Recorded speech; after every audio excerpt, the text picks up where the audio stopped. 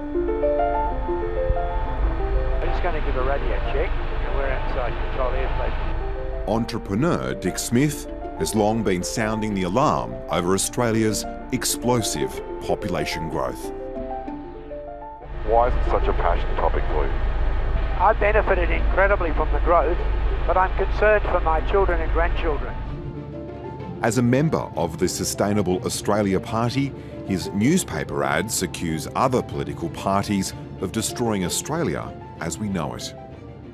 Because the plan of every political party is to have growth.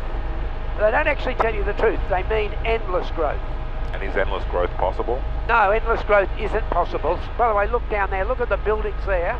They're high-rise, just going straight up. So we're putting our kids into termite mounds.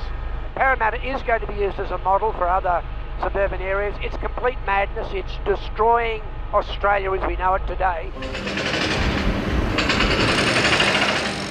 Below us, Western Sydney is being completely revamped. It's expected to account for 15% of Australia's total population growth in the next 25 years. Demographer Anne Evans says that disruption is inevitable. It's really hard to separate infrastructure from population growth. So if we want to have more people coming into cities, cities like that will probably need to break a little in order for them to be repaired. You can create a very vibrant, happy place to live and work, without it necessarily being seen as being on the wrong side of the tracks. It's being lauded by government as the city of the future.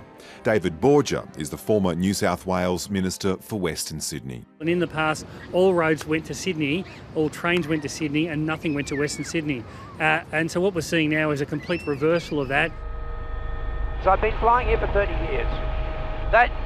These are the last market garden. All of these glass houses, that's growing the food for Sydney. All of those will be knocked down. There will not be one left.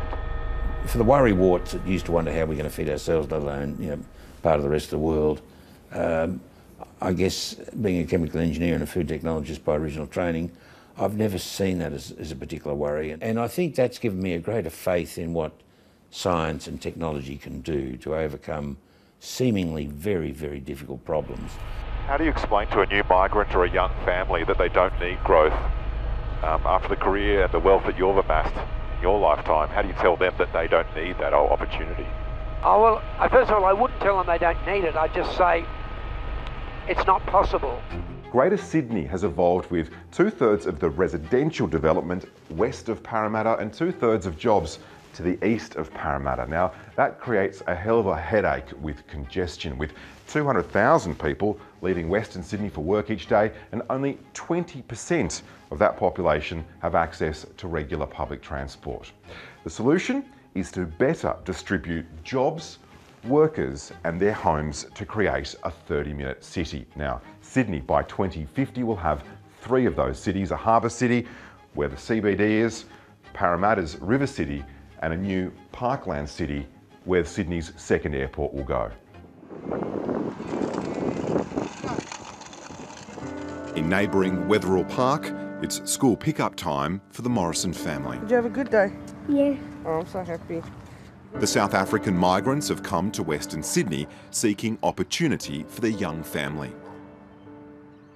Do you think it's unfair if people start to say things like, more migrants means less equality? It is unfair, hey? A little bit, but we also understand, there's so many people with no work, but there's also so many people with work.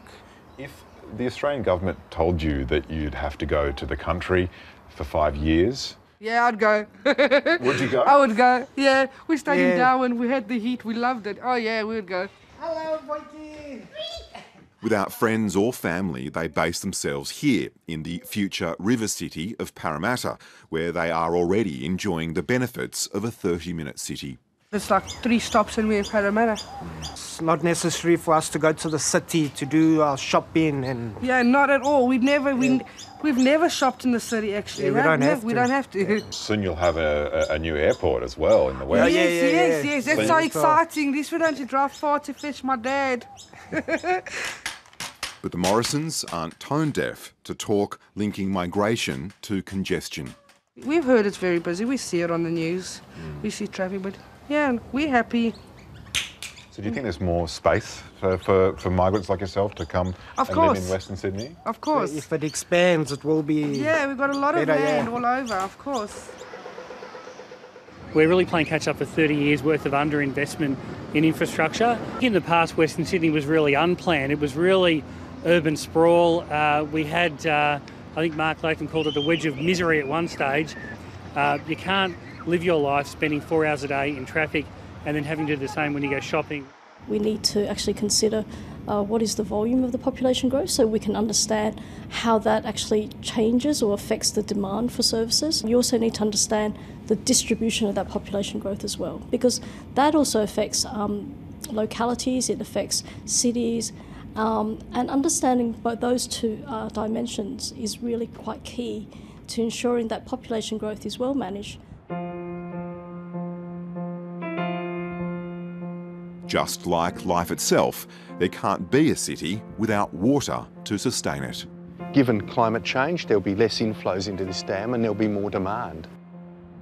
Warragamba Dam supplies about 4.5 million Sydney-siders with their water. And it's a massive catchment, 9 times the size of London's water catchment. So in London, famously, every glass of water you drink's been through 7 sets of kidneys. I mean, they do a lot of recycling, Other places, groundwater is available and people use groundwater. Places like Perth, half of their water already is coming from desal. So Sydney's got some decisions to make. I mean, when you're one drop short in a city like this, you've got an emergency. Australia's biggest city has lost 25% of its total water storage in just 12 months. Look, from an environmental perspective, you'd have to say that the rapid rate of population growth we have at the moment is stressing systems, and this dam just being one example of that. So slowing that growth is probably going to be a good thing environmentally. It'll allow us to catch up a bit. I'm not saying we should stop immigration or anything like that, but I just think we need a much more considered approach. I have no doubt, as a technologist, we could carry 200 million people without destroying the environment. The biggest amount of damage ever done to Australia's resources was done when we had population as low as 7 million. Our cities are not that big, they're big-ish. But when you look at cities of 5 million or 4 million, they're dwarfed by many cities that are 5 times bigger than that. We don't want to turn a city like Sydney into Shanghai or New York City even. We want to keep the Australianness of our cities, but we need to be able to make sure that we can increase the density while maintaining the open spaces and vibrancy that we have in our cities. A glimpse of our high-density future is here at Wentworth Point on the Parramatta River. We've taken the population from 1,100 in 2009 through to 15,000 today, and the population will grow further. It's in this Manhattan-like development where Clement Lund's young family are starting the day. And despite the suburb only having sprung up in the last 10 years, it's now the 3rd most densely populated postcode in Australia.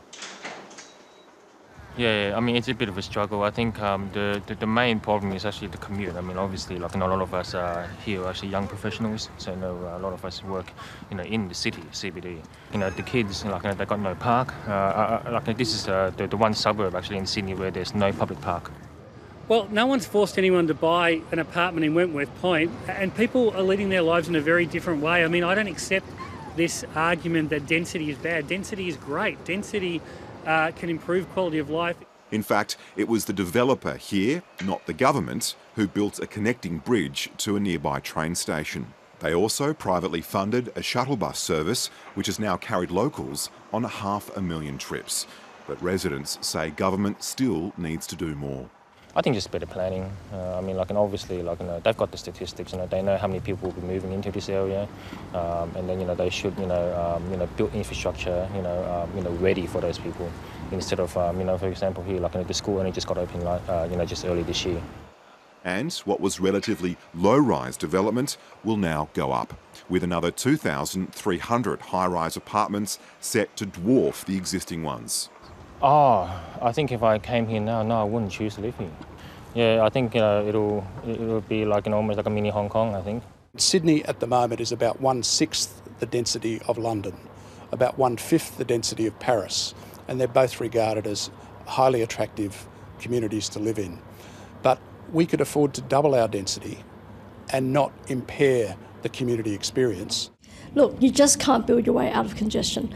At the end of the day, we have to look at a range of solutions, and one of them is making better use of existing assets. Balancing the tension between density, infrastructure and sprawl is a challenge for planners trying to create the cities of our future. At the moment, it's totally inadequate. We build the problem and then people suffer with that problem for years before a partial solution is offered in terms of better roads or whatever. We seem to be stuck in a situation where, as Australians, we suffer the consequences of decisions made by politicians and others that we haven't been fully engaged in. The government is yet to release details of its population plan, but there are plenty of Australians keen to have their say. The business lobby, the greed is unlimited. There's simply a short circuit in their brain. The greed is just unlimited. And then, say on the greenie side, you have people who link it with racism. Do you think it is racist to say we should limit migration? No, I mean, if you said you were going to limit migration in a partisan way, on a discriminatory way, well, that would be racist, but I've never suggested that. I favour a big Australia, not so much because you need massive economies of scale. I think big populations are more a question of fairness and morality. With so many resources we have here,